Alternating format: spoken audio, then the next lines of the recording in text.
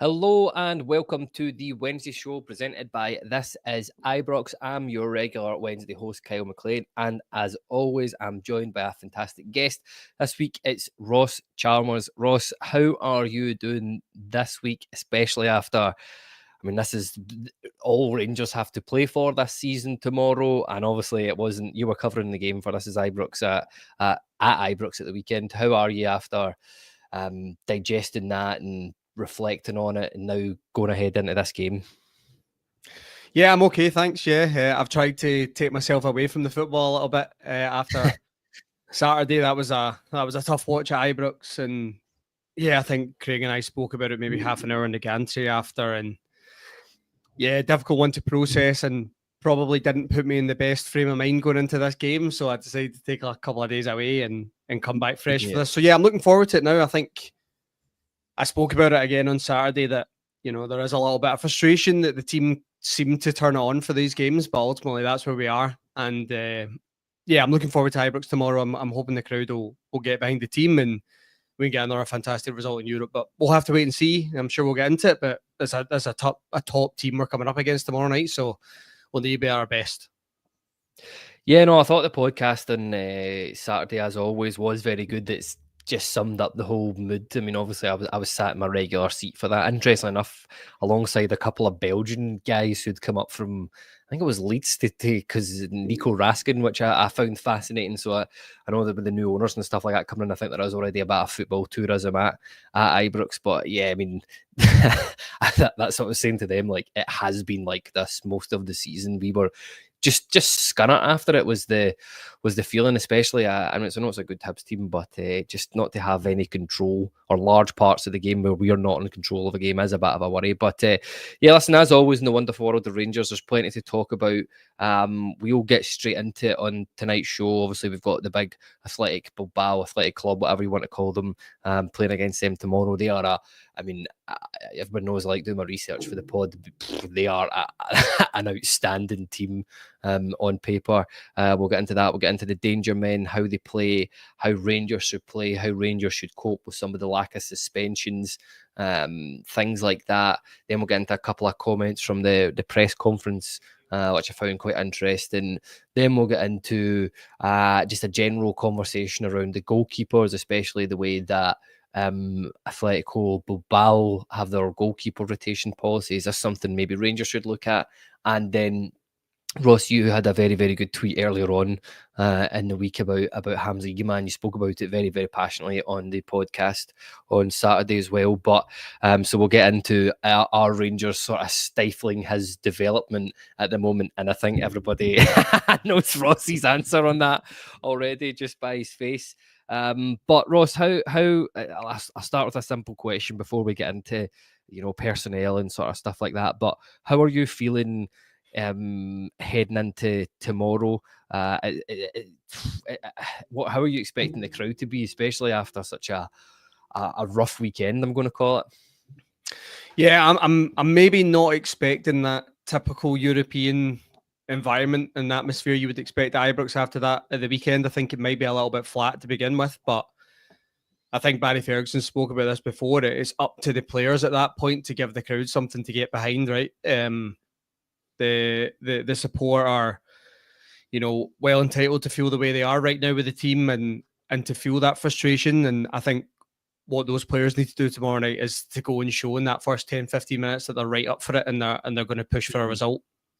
And I do think the Ibrox crowd will get behind the players if they do that. So maybe a little bit flat to begin with, but I'm hoping that doesn't stay for too long.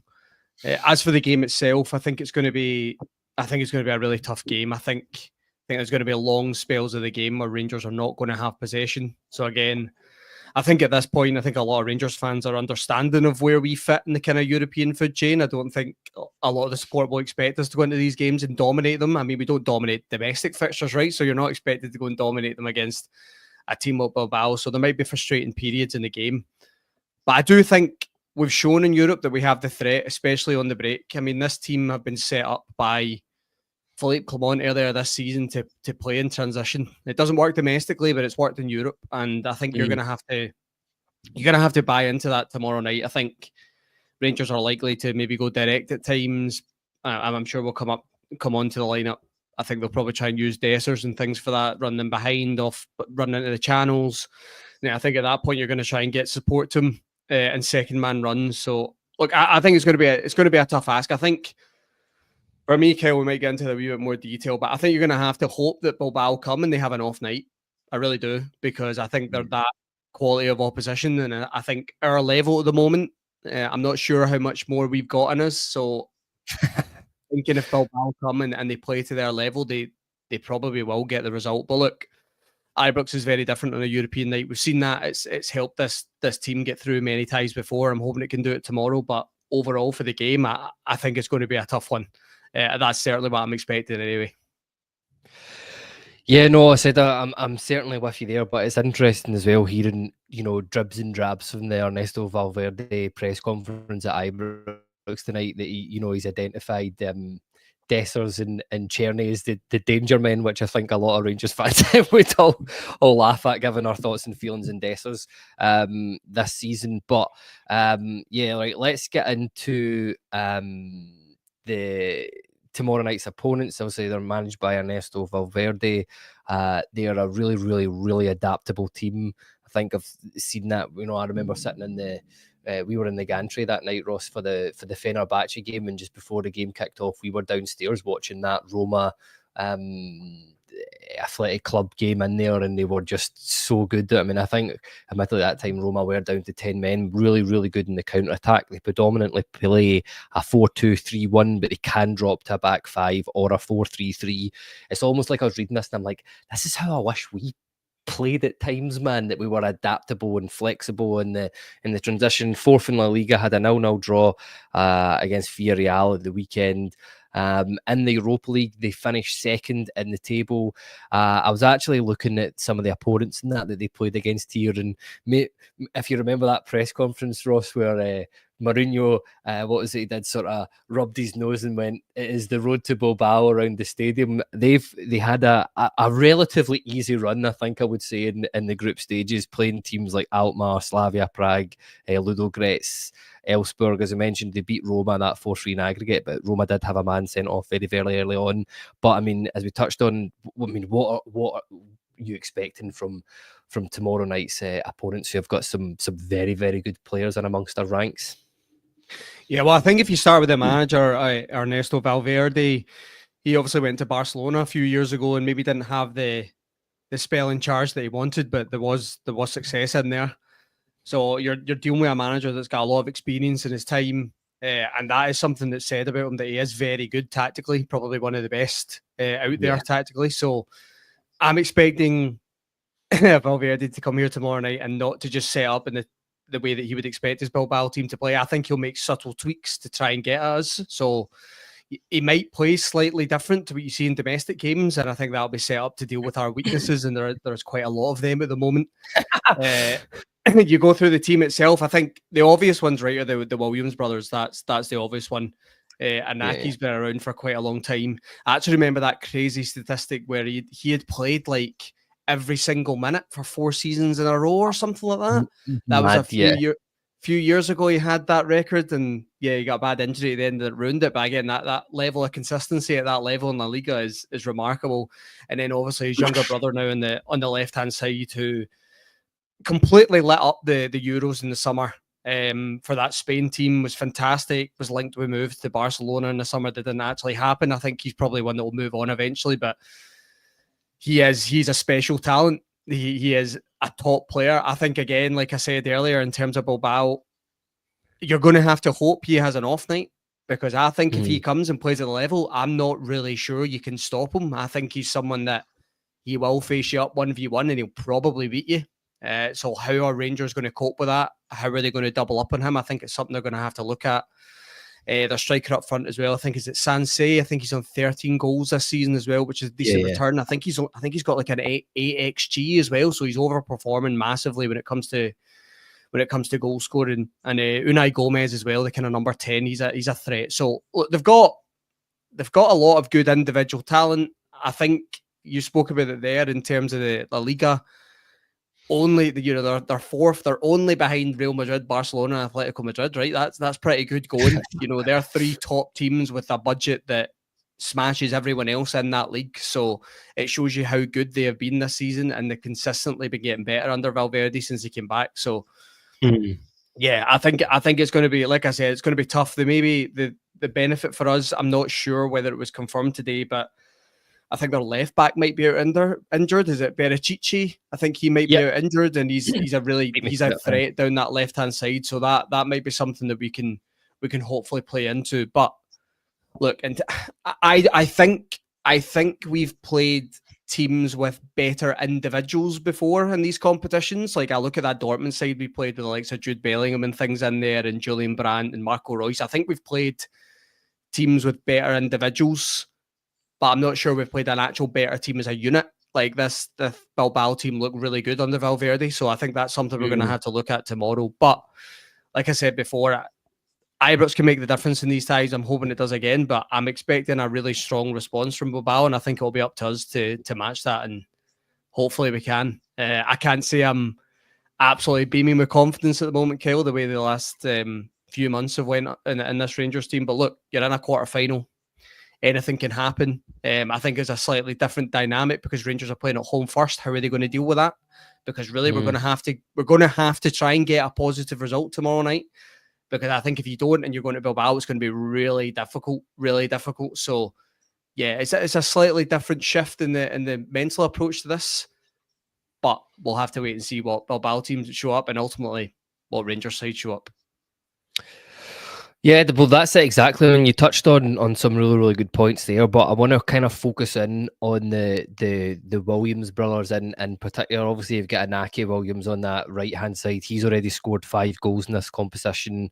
Loves an assist, especially in La Liga. But I mean, the real talent is Nico Williams out on the left. We saw him. I mean, my jaw was nearly on the floor at that third goal that he scored against Roma, because it was just a phenomenally good goal. For me, he's one of those players. It's funny, really, really interesting in this. You actually talked about Leverkusen and stuff like that there as well, because he's one of these players for me that has got that ability to genuinely have a world-class performance in him. We've seen it at Ibrox with Havertz. The other one that springs to mind was Bellingham for Dortmund. I mean, how do you stop a guy that has the potential to do that? I mean, is it a case of Rangers just dedicating 2 players to them when they're on the attack? Because we know that's the way that Valverde's especially been playing this season. They honestly, like, being deadly truthful, doing the research into them, the way that they play is the way that I wish Rangers played at times. Do you know what I mean? I understand there's a bit more space and things like that in behind, but having that flexibility in the formations, like, they are going to counter-attack us a lot. Is it just a case of Rangers having to sit off? My question is how the hell do you stop a guy like Nico Williams with the talent that he has? Well, that's what I said earlier, to be honest, Kyle. That's what I expect from Valverde. I expect them to be a manager that's going to adapt, not just from game to game, but within games. And to be honest with you, I think they're the best type of managers for me. The ones that can recognise the way a game's going and they can shift things. And I think you might see that tomorrow night in terms of Nico Williams himself. I think you're going to have to accept that he's probably going to beat whoever he's up against 1v1 most times, right? He's going to beat them 75, 80% of the time. What you're trying to do is, once he beats his man, you're trying to negate his options, right? You're trying to make sure that final ball isn't on. So I think that Sterling-Tavernier combination on that right-hand side is going to be really important. I think you're hoping you can stop him. It's very easy for me to sit here and say this is how you stop him, but I think for me, you would put Sterling out at right wing back. Actually, I think I would rather have him 1v1, even though that's a slight shift, and we've seen them rotate at times. But I think I would move Sterling out to right wing back and just give him that. Your job is to try and stop him as many times as possible, and then you're hoping if he gets beat, you've got the likes of James Tavernier that has shown actually in a lot of these games when he plays in that back three. He is positionally very good, right? So I think he'll understand where he needs to be in terms of if Nico Williams is shaping Sterling up to take him on. I think Tavernier will understand where he needs to be in that. So I think that would be the best way to go. But honestly, there is no defined way of stopping these players. When you come up against players like this, This is why they're the top players, right? Because there's not really a way you can stop them. They're always going to, and wingers as well, they're always the most difficult one for me, because wingers are, that their job is to essentially take risks, try and beat their man, deliver a final ball, right? Dujon Sterling tomorrow night could stop Nico Williams 9 times out of 10. But see, the 10th time he could beat him, and he could play that pass that cuts us open and they score, right? So that it's a thankless task. I think it's going to be really difficult for us to deal with. But like I said before, Kyle, you're just hoping that he comes. Maybe the atmosphere spooks him a little bit. Maybe if he doesn't start the game very well, 10, 15 minutes, that maybe the pressure gets them. You're just hoping all these wee things go your way. And I think that's really important, the way we start the game. I don't think you want to let... Ultimately, I think Bilbao will dominate the ball at times. But I think in the first 10, 15 minutes, I think you want to let them know they're in for a game, right? And I think, again, what I've seen... When I think this Rangers team play best, I think we've seen it against Celtic, we've seen it in European games as well.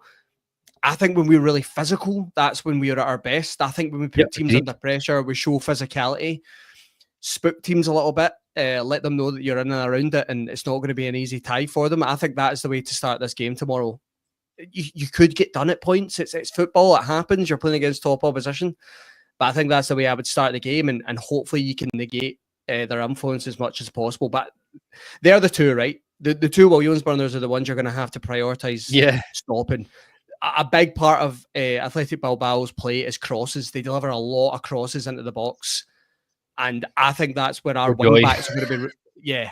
our wing-backs are going to be really important, I think, because I think what the crosses are likely to be, they're likely to be far post crosses. They're likely to be both winger drifting in and hoping to get in the end of something. So I think the likes of a Tavernier on that right-hand side, might play Balogun on the far left. I think they're going to be crucial in terms of those crosses into the box. That is something that's a big part of their play. I think they've played the most crosses in Europa League this season. I think they've had the most goals from it as well. So it's definitely something that they're going to try and exploit.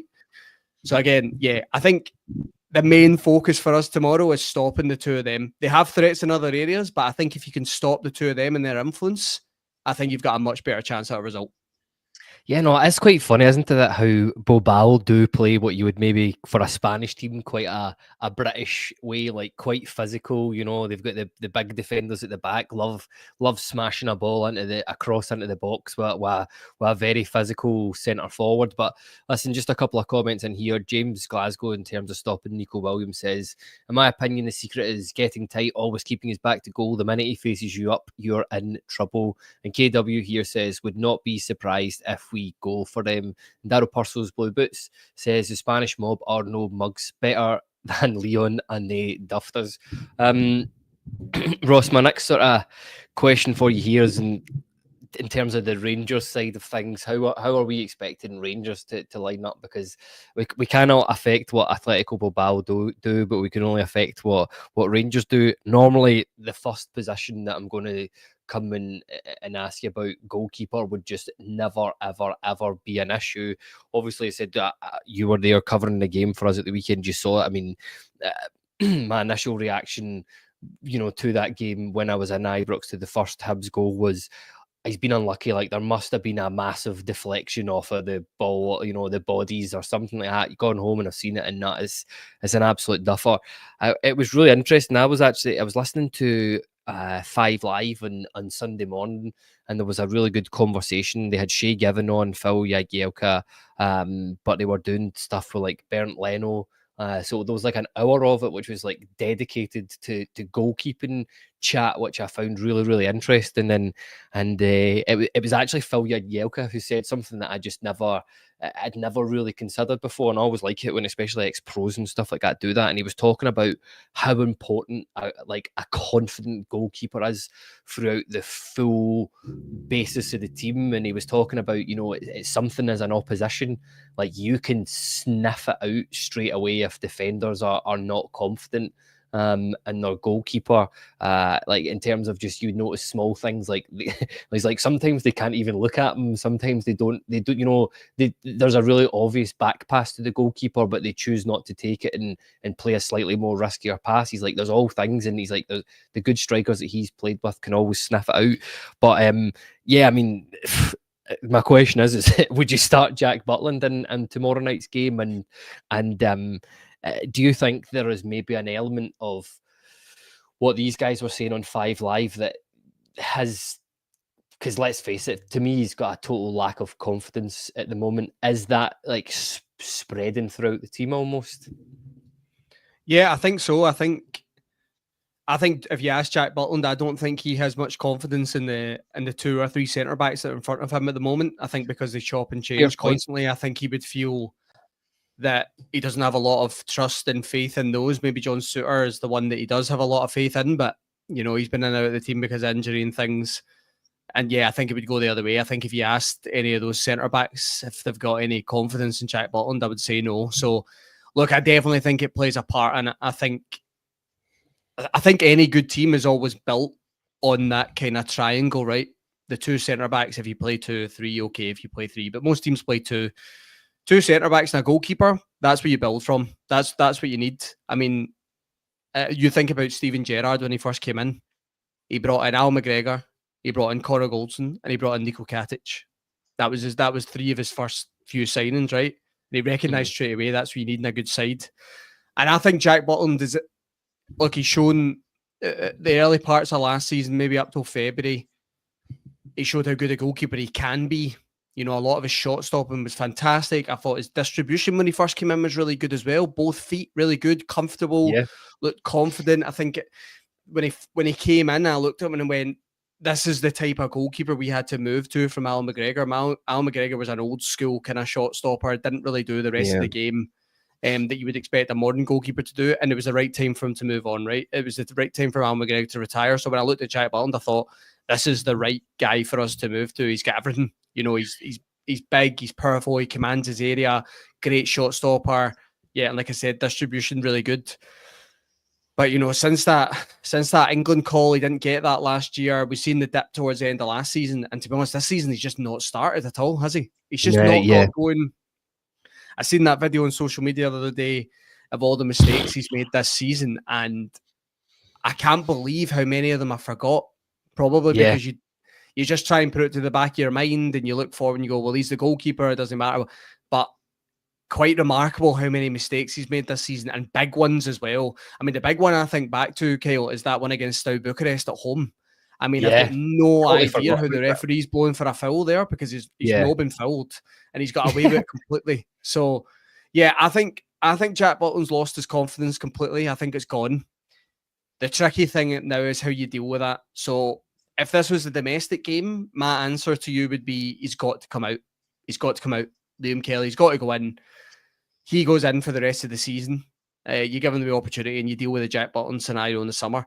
Because it's the European game, and because Jack Butland played such an important role in the last tie, I think he'll play. I do. I think he'll play. I think Barry Ferguson will look at it and say, look, it's a different competition. Okay, you've made mistakes in European competition as well, but not as many. This is a fresh slate for you. We'll go again, put it behind you. And I think that's the way the manager will go. I don't think he'll drop Jack Butland tomorrow night for this game just because it's such a big tie.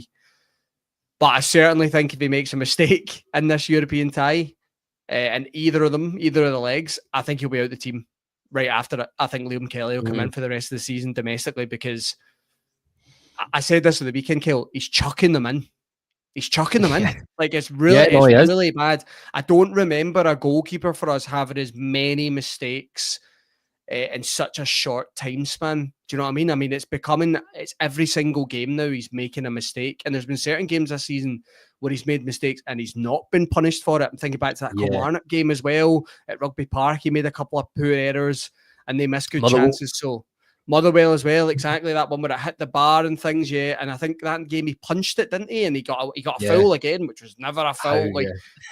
So he's definitely got away with ones at points as well. It could have been a lot worse for him. So look, I think after this tie is over, hopefully Rangers progress, and then we'll have that. I'm sure we'll ask that same question again, whether you go with Jack Butland. But I think there is an argument now to say domestic football, he should come out. There is, and I would actually agree with that. I think I would maybe even go with it now that Jack Butland plays the European games and Liam Kelly plays domestically, because there's just something not quite right with him. And I just wonder if you bring him out and you limit his game time a little bit, would you maybe get a better response? I don't know, but yeah, I think he'll play tomorrow at night. Kyle, put it that way. Yeah, no, listen, for what it's worth, I agree with you. I think it would just be a bit too much disruption in the team. Liam Kelly, he is a good goalkeeper. I mean, you're not Rangers number 2 if you're Mince, but I just think that is just too big an occasion just to be chucked into a European quarter-final like that. But it's just it frustrates me because it's another player that's been at Rangers that 6 months into his Rangers career was being touted for a 12-15 million pound move to Crystal Palace, and now genuinely, if a club offered £1 million for Jack Butland at this moment in time, I would bite your hand off for it. Like, I absolutely would. But there's a couple of comments here. Blue bells are blue. Jack has never found his confidence again with another club once it's gone. I'd argue he lost it at the end of last season. James Glasgow says, if he makes a mistake early doors that causes a goal, do you sub him? And Baz from Hands Across the Water. Hello, Baz, by the way, fantastic podcast. I love listening to you guys sometimes. He says, even with Al McGregor there, he hasn't improved, unfortunately. And Bluebells Blue, he says, what's the point in playing Kelly? Get Munn in for the league. By the way, I'd love to see Munn. I bet you Baz for Hands Across the Water would be absolutely buzzing for that as well. But again, just with Kelly, I just think it would be too big a game. But I mean, what's he got to I mean, that could be a potential solution to now into the end of the season, because funnily enough, we've had a lot of chat about it, Ross, when you're looking at our opponents tomorrow night. In terms of Athletic Bilbao, I mean, Valverde's effectively already come out and said, this is mental to me, that Spain, the keeper who was the Spanish goalkeeper that won the Euros in the summer there, will not be playing in a European quarter-final for Athletic Bilbao. He has said it, whether that happens, but he has rotated the goalkeepers. They've got a 23-year-old goalkeeper, Agariza Bala, and yes, I have had to write that down phonetically to make sure I'm saying it correctly. But I mean, do you think that's been part of the problem this year, that we have relied on Jack Butland too much this year? Because I remember in terms of when Walter Smith was the manager. I mean, used to get Neil Alexander coming in for all the cup games to give McGregor a bit of a rest. I mean, because I honestly thought that's the way that this would go this season. I thought Kelly would come in, and I mean, albeit we'd have got about 2 games in the cup this year, but like I very much thought he was going to be the cup goalkeeper. Have we just put like far too much pressure on Jack Butland? No, I don't think so, personally. I think if you're the Rangers number 1, that is the pressure that comes with the role, right? You're expected to play every single game. It's definitely something that is becoming, you see it more often in modern football now, that the number 2 goalkeeper is promised some sort of game time. And yeah. I think with the top clubs, the way they look at it is they have such a good number 1 that they don't want a massive drop-off with a number 2. So they're still able to get such good goalkeepers in as a number 2, but that comes with the caveat of, and the promise that you are going to play games. We promise we will put you in for certain cup games and things like that, and then it's your opportunity to work towards becoming the number 1. I don't think Liam Kelly was ever signed as it's your opportunity to come in and work towards being number 1. I think Liam Kelly knows he's in here to be the number 2, and Jack Butland's going to play every single game. I think he's well aware of that. I think Liam Kelly's just came back to Rangers at this stage of his career because he thinks it's the best move for him. There may be other reasons other than football and reasons that he comes back to Rangers, right? Playing for Rangers is, I'm sure, better financially than it is playing for many other clubs in Scotland. So you can't judge Liam Kelly for that. So he's came back. Of course, he's going to hope for an opportunity whenever he can. I think at this stage, the way I look at this, Kyle, is I don't really know what else Liam Kelly can do to get an opportunity. Yeah. Like if the goalkeeper that's in front of you is consistently chucking them in, then for me, I'm sitting there going, what do I need to do here? Like, you've clearly brought me in because I am a good goalkeeper, right? Okay, maybe you don't consider me the number 1, but you wouldn't sign me if I wasn't a good goalkeeper. He's having a nightmare. Like, surely this is the time when I come into the side. And actually, I thought Liam Kelly done quite well when he came in earlier this season. He played in that Old Firm one at home, and he done well. So his distribution was amazing when he was on. Yeah, his distribution was good, Liam Kelly. I don't think Liam Kelly is Rangers' long-term number 1. I don't, but I think he's certainly good enough at where we are right now in this stage of the season, for him to come in and, like you said, if the pressure has built for Jack Butland, then he's probably in his own head a wee bit, right? When you make a mistake, he's probably constantly going, "Don't make a mistake, don't make a mistake, don't." And sometimes these things happen. If you put too much focus on it, it can go the other way. Maybe that's the way Jack Butland is, but I think that'll be up to Barry Ferguson to judge Jack Butland's character himself and what is best for him. You know, if he thinks that what is best for Jack Butland is to continue playing and get through it eventually, he'll stick with him, I think. I think if he looks at him and he speaks to him and his head's gone, he'll take him out. So I think you'll get a good indication in the next couple of weeks and what way Barry Ferguson's going to go. He spoke about that at the weekend, didn't he? I've got a plan in my mind. I've got a system in my mind. Yeah. This is what I'm going to go with. So I expect Jack Lawton to play tomorrow, like I said, Kyle. But in terms of the pressure aspect, that's just been the Rangers' number one. That's it. It's pressure every single week. And the thing I always hear about being a Rangers number one is that it's kind of a cliche now, where it's like you're not going to have a lot to do, but when you're called upon, you've got to deliver. Well, actually, I think at times this season, Jack Butland's had quite a lot to do. And it's not as if he's like sitting there with nothing to do all game and a shot gets pinged at him and he's not warmed up or anything. He's been involved in a lot of the action because Rangers haven't been very good and they're not controlled games, and he's still not really delivering. So I think the start of the weekend, the one that was floating about was 101 goals in 100 games. It's not really the record I think you should have as a Rangers goalkeeper, and that's not all on him, of course not. Rangers have had a lot of bad defences out there in front of him the last couple of years, but I think certainly he'll look at that and go, that is not representative of me as a goalkeeper. Like, I'm not happy with that at all. So yeah, we'll need to wait and see how it happens in the next couple of weeks. What I will say, Kale, is we need a new number one this summer. It doesn't matter how we work this out until the end of the season. This summer, Rangers need to recruit a new number one, because for me, I don't think Jack Butland's the answer going forward. Al McGregor's already in the books. Easy done, sorted. I'd love to see that. Love to see that. but that's the thing. That just shows you how bad it must be. That, I mean, they've got Alan McGregor in there. I know he's not a goalkeeping coach, but just he seems to have regressed under him, which is mental, by the way. But listen, you were speaking about the defence there, interestingly enough, and I totally agree with you. He has had some bad defences in front of him. You talked a wee bit earlier on in the pod about what you would do in that right hand side. Again, I totally agree with you. To match up with Neco Williams' physicality or pace just down that left, you want a physical player. I would have Sterling there. I think Tav has done a pretty stellar job when he's been on that right of the three, when he's been playing in the central of defence. Listen, but the question for you is number one, how much is John Souttar going to be a miss tomorrow, especially when we saw the impact he had in coming back. He was just returning from his injury, I think, off the top of my head, in those two Fenerbahce games. But how big a miss is he going to be, and how else would you line up? Who would you have as the other sort of two? And by the way, this is me assuming that your formation is a five at the back here. It's definitely a five, yeah. It's definitely a five. Yeah, no, that's fair. So who would your other two centre halves be? And the other question I've got for you is, on that left side, who would you have? I mean, given that you've got Inaki Williams, a big, huge physical powerhouse that's going to run down that side, are you going to have Jefte, or are you going to have Ridvan down there to mark him? Yeah, I've kind of went back and forth on my lineup today when I've been thinking about it. I've tried not to think about it up until today. The right hand side, I've said earlier, I think I would go for Sterling on that right wing back role, and I would let Tav occupy the right of the back three.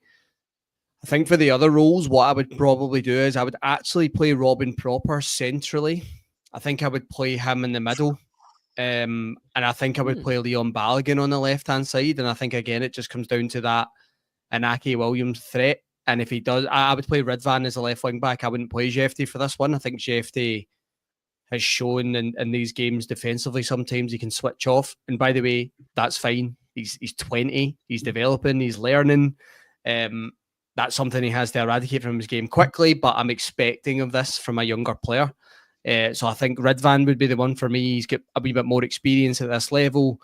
I actually think he's done quite well in Europe, Ridvan. So Ridvan would be the one that plays left wing back for me, and I would play Balogun next to him. I just think Balogun's physicality, I think, to cover the ground a little bit quicker than Robin Propper can, I think would hopefully make the difference tomorrow.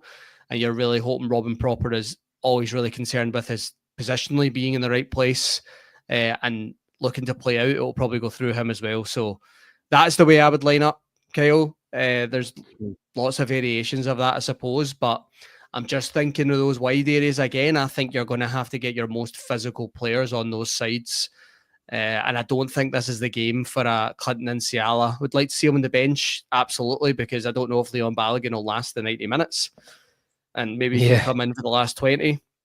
But I don't think this is the game for him. I think you're going to try and get as much experience in the park as possible. So I think that would be the way I would go. Yeah, honestly, I hadn't even considered Clinton and Ciala as a possibility, but it's a massive risk given when we also saw how he reacted against Kilmarnock. But again, for what it's worth, I think the management team have actually handled that situation very, very, very well. And my only the only thing I disagree with you on is I understand the thought in having Leon Balogun out on the left, but I think I would have him play centre. It's used all they do is it's not all they do. Sorry, that's a bit disparaging of them, but all they put a lot of crosses into the box. I would much rather Leon Balogun was right in the middle, just ready to clear those away. And I just because of Inaki Williams down that right hand side, I just think maybe it's just the old eye test, but I would just rather have a Jefty in there, just somebody a bit bigger, a bit more physical against them. And the fact that, as you sort of alluded to earlier on as well, their wing backs are the way to exploit them. They might be having a boy, I think a guy that plays at left back regularly on that right hand side for them tomorrow night. So Jefty is very, very good going forward. We have seen him do those wee mazy runs. I remember a few against Nice, a few against Fenerbahce and stuff like that as well. So that's maybe where I would just ever so slightly differ, but I do agree that we will go to a back five.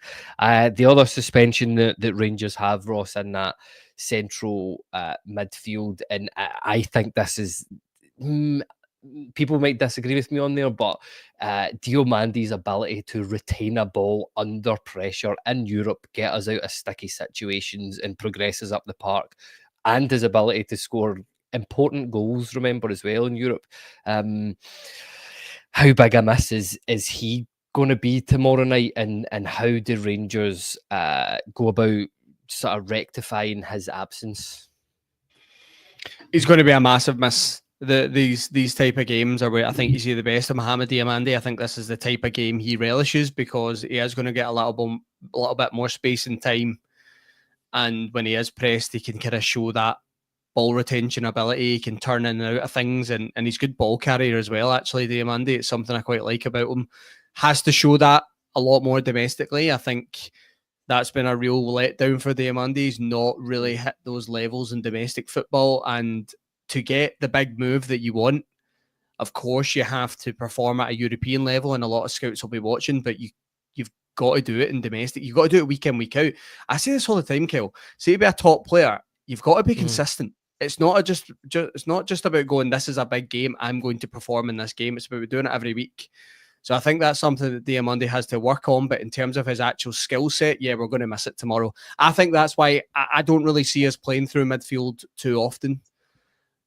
I think we'll be quite direct tomorrow. I think you'll have Barron and Raskan as the two kind of sitters, and then we'll play some sort of attacking-minded midfielder off them. I think in these games, Diamandi's kind of drifted out to that kind of left-hand side, and you've had Cherny on the other side with Dessers up front. I think it'll be something very, very similar. I've went back and forth on this. I really do think it's a toss of a coin between Nadim Barami, Tom Lawrence, and Yanis Hadji. I think if you had asked me earlier today, I would have went Yanis Hadji. But the more I think about this game, I think I would actually go Tom Lawrence tomorrow. I think I would put Tom Lawrence in. And the reason why I would go for that is I don't think Rangers are going to have a lot of opportunities tomorrow. And I think if there's one midfielder that I would want on the end of an opportunity is probably Tom Lawrence in the side. We've seen that last week at Dundee as well. What I think Tom Lawrence good at as well is kind of second man runs. So if we are playing direct football and we're looking for second balls and to win them, Tom Lawrence is a type for me that's quite intelligent with his runs, and he'll be able to get into those good areas to pick the ball up. So if it is going long and Dessers is holding it and things, I think Tom Lawrence off the ball runs will help with that and get into good position. So that's the way I would go. Doesn't mean it's right. I'm just thinking of the flow of the game. That's probably the way I would go. But honestly, I don't think there's too many options in there. So I don't think I would be too bothered what way Barry Ferguson decides to go. But I think that's the way I would look at it. Nadim Bayrami done quite well when he came off the bench against Hibs the other day. But again, was it long enough? Was it consistent enough? Yeah. I don't know. So yeah, Lawrence would be the one for me. I've seen a lot of people talking about earlier about Bailey Rice, and I would love to see that. I would love to see the young boy get an opportunity and just get thrown in the deep end. Yeah, there we go. Bluebells are blue are saying about it there with Rice, because I thought I spoke about it on the match reaction after Dundee. I thought he made a difference in that second half, and not because he came on and individually he was amazing. But I just mean that type of midfielder, I think, made a difference for us. Someone that was really comfortable on the ball, was willing to take it in kind of difficult areas. I just wonder if tomorrow night, if that's what you really need, because I think what Bilbao want us to do is, I think they'll want us to play, and I think they'll press really high in trying to pick the ball up. So do you play into that? Do you try and play that style of football to get through it? Or do you go a wee bit longer and you play off second balls? I think we'll go for the latter. And I think it goes with what Barry Ferguson's comments were at the weekend, Kyle, when he said, we're going to go away the rest of the season and it's not going to be pretty. Yeah. So that's what I think he's going to do. I think it's going to be direct. I think we're going to play second balls into the channels, try and get up the park as quickly as possible and play from there. And look, football is all about different styles and different tactics. I don't really mind it. I think we're all in the same boat. See, ultimately, I don't really mind how we play most of the time, as long as we're consistently at a high level. Doesn't matter the style of football. I just want us to be effective. We don't have that at the moment. That's the problem. So yeah, I've kind of spilled it all out there for you, my thought process. I'm sure lots of people will think differently, but that's the way I would go tomorrow. We might come on to the front two after, but you can probably guess where my mind's going on that. But yeah, that would be my midfield. Well, this is the thing here. Big Phil here says, and I wonder if that's Philippe Clement watching us somewhere off in his house in Belgium or something like that. He says Bayrami to come into the midfield with Raskin and Barron. I get Bayrami came on. He played all. For me, he played well for 5 minutes and then he just vanished into obscurity for the rest of the game again. But I honestly think there would be riots from the fans if he started tomorrow night's game. Robert Binney here says Hadji is actually a good option. He can play with either foot. As I said, I agree with you. If you're going for that, putting Lawrence, I think Lawrence, Hadji, maybe a wee bit interchangeable. But for me, I just think Lawrence is more of the player that Barry Ferguson's more likely to pick. KW though here, sorry, I'll say this. Tommy's Cardigan says Curtis Cherney and Egaman up top. We can come to that one maybe later. KW here asks, is Danilo eligible for tomorrow? So on my team, I don't have Lawrence, Hadji or Bayrami. I have put Danilo in there. Do you think, would you go in other guys, or do you think that's just not? I'm assuming, like, we might as well talk about it. I'm assuming the other player that we've both got in there that would definitely start is if he's fit, is Václav Černý, because he's absolutely, I think we've both said it on this podcast. To me, it is clear he's playing for a move away, from Wolfsburg next season. I don't think he sees his future at Rangers, which is fair enough. He's come in, he's a lone player, a wee bit of a mercenary like that. But, this is the games that he's been showcasing his talents to. This is where he's got the most eyes on him. So I'm sure he will play. But, I've got Danilo in there because I've then went with Egaman up top. I know we'll touch a wee bit on that after as well. But who have you gone up there in that forward role there, Ross? So I'll ask you quickly then, Kyle. Is Danilo who you'd like to play or who you think will play?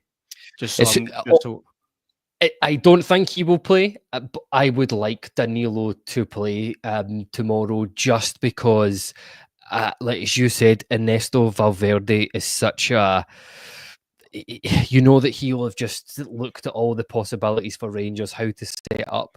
I love it when we go and do something slightly different. We can also talk about that at this part of the podcast as well, because you alluded to it earlier on. Barry Ferguson said we're going to play, there's going to be changes for this game. I'm fascinated to see what those changes are. And for me, this is it. This would be the big change that I think would immediately, like, see if you're rocking up to Ibrox tomorrow night, and as it is in you're walking along, or you see your phone going off and it pops up with the Rangers team news against Athletic Bilbao. See if the support see that Danilo is playing and Egeman is playing. I think you're going to get a real reaction from the Rangers fans at the start of that game. Totally agree. I mean, this sounds harsh. Sounds really harsh, but if I don't see Dessers on the lineup, I'll be delighted, right? I will be. It'll just be something fresh. So I can see exactly where you're coming from with Danilo. So just so I've got this right, your lineup would be Czerny and Danilo behind Egeman. So would you play a 2 in midfield? Right, okay. Yep. So you're really going for it. You've got no respect for Bilbao. You've just went, you are getting it. Here's everyone up. No, I'm joking. No, I think that's, I maybe would disagree for this game, but certainly domestically, that is exactly what I would want to see. And actually, I'm surprised he didn't go for that at the weekend, because I thought we would have stuck with the shape that we were going for Bilbao, because it just gets you into that rhythm for it, right? And you're playing that same system. And that is exactly the type of lineup I would like to see. I think we've seen earlier this season that Egeman and Danilo worked really well together. Like, they were really good. Danilo, I think I spoke about this at the weekend, physically, I think is quite far off it. Now, again, it probably comes down to that bad injury he had, and I'm sure he will get another season with Rangers to prove his fitness. But what Danilo is really is he's very intelligent, like a really intelligent footballer. He picks up spaces really, really well. He finds those spaces. He can play the kind of one-touch football that you want in and around the defence outside a box. And I think that's something that we've not made the most of domestically for whatever reason. I would actually love to see that lineup tomorrow, because it would be one of those ones you look at and like, do you know what? We're just going for it. Like, this is a tie that we're going to give everything we've got. I don't personally see that happening. I think he will go with a midfielder. I think he'll go with whoever it is, Tom Lawrence, Haji, Barami, they've all got their pros, their cons, whatever, but I think it will be one of them. For me, if I was picking the team, it would be Czerny, and it would be Egeman. I would play Egeman as the striker. That maybe doesn't let you play super direct, but what we've seen at times with Egeman is he's very good with his back to goal. And what I think you just need off him at that point is runners. And I think you would get that from the likes of Czerny, and you would get that from the likes of Lawrence. What I think he'll go with is, I think he'll play Dessers. I think he will. I listened to his press conference earlier, and he was speaking about, asked about Dessers and things, and he came out with that kind of line that you always hear from managers, that, I'd be more worried if he wasn't getting those chances. And okay, I get that to an extent, but see, once he's had 18 shots in the last 2 games and he's scored in 1, I don't really know if that line works anymore. Do you know what I mean? It's like, if you miss a few, you go, oh, I'll be worried if he's not getting those chances. And the next game, when he gets those chances, he'll take them. I get it. That's fine. But when it's that many, I don't know if that really works. But that's what I expect it to be, Kyle. I expect it to be Cyril Dessers with Czerny. And I think the reason he'll go for that is because we will play a wee bit more direct. And I don't think Cyril Dessers is great in a direct system. But what Cyril Dessers does have, and we've spoken about this several times, he does have really good movement. He does. Yeah. Like, he gets himself into good areas, and he is willing to run. Like, he's willing to hit channels, and I think that's what we're going to do tomorrow. I think we're just going to try and find him with kind of running off his man in behind, and we're going to try and make something from it. So I think that's the way we'll go. It's disappointing for me, because I think Hamza Egeman is the biggest talent we've had in a long time. And I think we've seen in even European stages that he is good enough to play at this level. Like, just play him up front. Like, just put him in his position and give ourselves the best opportunity. But I think you've seen now so far, Kel, that I don't think Barry Ferguson is, putting all his eggs in the Egeman basket. I don't think he's looking at him as the guy that's going to drag him through. I think he's looking at Dessers as maybe the guy that can do a wee bit more for him. Listen, I totally agree with you, but it was somebody put out a tweet earlier on in the week that got a bit of traction online, Ross. I don't know if you recognise it, and we're talking about Hamza Egeman's stats in his last 14 games for Rangers. He's got 1 goal and 0 assists, And then it's 14 games prior to that, he had 12 goals and 3 assists. I don't quite know if you shows you where remember it shows you where my mind was on Sunday, Kyle. That I'd went out a big walk to try and take my mind off it, and as I was walking, I was like, "That's really annoyed me that Eagleman's not playing. I'm just going to have a wee look at the stats." And like I said, I looked at the last 28 games or whatever, and I found the midpoint. The midpoint was it Man United or the game after Man United? I think so. It was from Nice up to Man United was his first 14, and then onwards was And when I looked at it, I'll be honest with you, and I wrote that tweet. I didn't expect the numbers to be as bad as they were. I'll be honest with you. I expected to look at it and be like, he scored 7 and get 3 assists at the first 14, and then the next one he got 3 goals and 2 assists. Do you know what I mean? That's the type of thing I expected.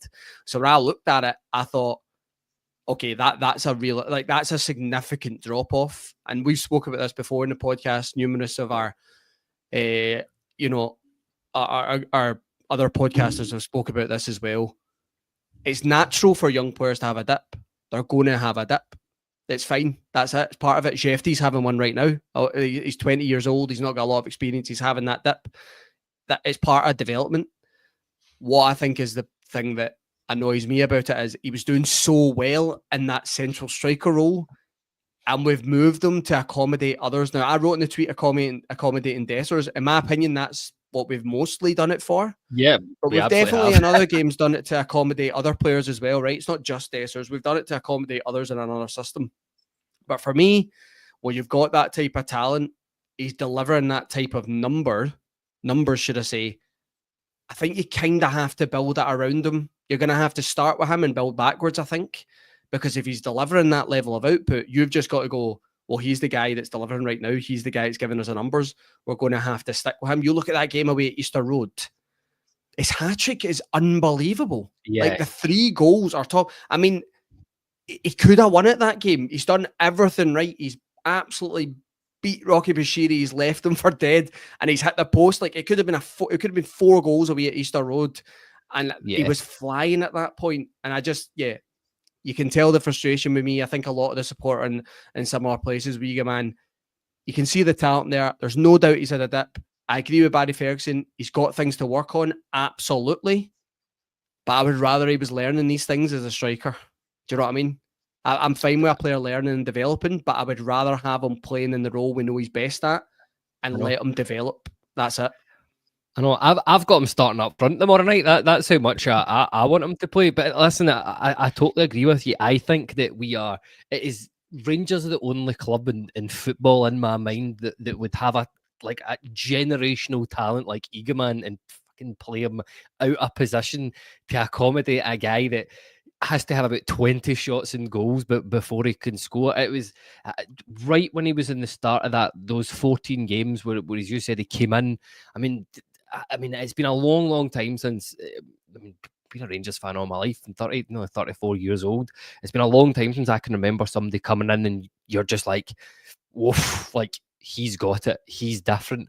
And it was one of Patrick Caskey's tweets that we saw or that I remember seeing, and it was, listen, a guy like Eagleman, you want to pump value into him, put him on penalties, put him on free kicks, have him starting games as a number 9, let him learn, let him make his mistakes. Like, this guy will exponentially get better. I mean, he can cope in these big scenarios and stuff like that as well. So for me, Rangers are absolutely at this moment in time stifling his development. You never know. I think it could see if I hope we don't get put out the Europa League, but if we do, I could maybe see a bit of change in tact in the league and just Dessers not playing in that Eagleman Danilo combination. Continuing from maybe now into the end of the season. But listen, Ross, I think we've covered a fair few whacks here. There's one or two things I just want to say before we go. Number one, Bluebells Are Blue here says, got a feeling we'll see young Curtis start tomorrow. That's a few people in the comments mentioned that Finlay Curtis might start tomorrow. So I don't know if people know something out there that we know something that we don't. But before we go, Ross, it would be remiss of me not to get a quick quick score prediction off you tomorrow. How do you think? Do you think that Rangers are going to do it tomorrow? Do you think that we've got any hope of getting a result against a really, really good team? I mean, given that, like, I get it, like, we are off the back of 5 defeats in a row at Ibrox. You know, we're saying things like on these podcasts, like feeling the players have chucked it. They've not.